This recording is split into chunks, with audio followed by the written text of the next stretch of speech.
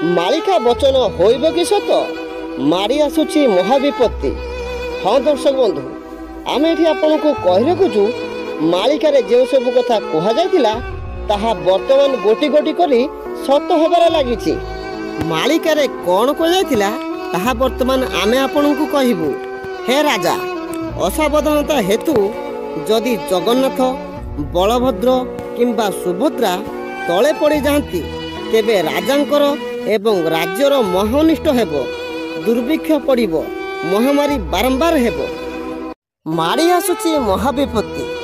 ଆରବ ପହଣ୍ଡି ବେଳେ ଘଟିଲା ଅଭାବନୀୟ ଘଟଣା। ଶରଦା ବାଲିରୁ ଗୁଣ୍ଡିଚା ମନ୍ଦିରକୁ ପହଣ୍ଡି ବେଳେ ଚାରରେ ଖସି ପଡ଼ିଲେ ବଡ଼ ଠାକୁର ବଳଭଦ୍ର। ତାଳଧ୍ୱଜ ରଥରୁ ସେବାୟତମାନେ ବଡ଼ ଠାକୁରଙ୍କୁ ପହଣ୍ଡି କରି ଚାରମାଳ ଦେଇ ଆଣୁଥିବା ବେଳେ ହଠାତ୍ ଚାରମାଳ ଉପରେ ଖସି ପଡ଼ିଲେ, ହାମ୍ପୁଡ଼େଇ ପଡ଼ିଲେ ବଳଭଦ୍ର, ଯେଉଁଥିରେ 7ରୁ ଅଧିକ ସେବାୟତ ମଧ୍ୟ ଆହତ ହୋଇଛନ୍ତି।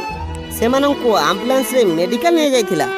ତେବେ ଏହି ଘଟଣାରେ ଜଗନ୍ନାଥ ପ୍ରେମୀଙ୍କ ମନରେ ଗଭୀର ଆଘାତ ଦେଇଛି। ଗତ ବର୍ଷ ମଧ୍ୟ ଆରବ ପହଣ୍ଡି ବେଳେ ନନ୍ଦିଘୋଷ ରଥରେ ହାମ୍ବୁଡ଼େଇ ପଡ଼ିଥିଲେ ପ୍ରଭୁ ଜଗନ୍ନାଥ।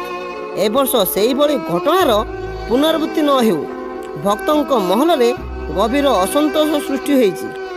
ଭିଡ଼ିଓ ଯଦି ଆପଣଙ୍କୁ ଭଲ ଲାଗିଛି ତେବେ ଭିଡ଼ିଓଟିକୁ ଲାଇକ୍ କରନ୍ତୁ, ସବସ୍କ୍ରାଇବ୍ କରନ୍ତୁ, କମେଣ୍ଟ କରନ୍ତୁ ଏବଂ ସାଙ୍ଗମାନଙ୍କ ସହିତ ସେୟାର କରନ୍ତୁ। ରହିଲି, ନମସ୍କାର।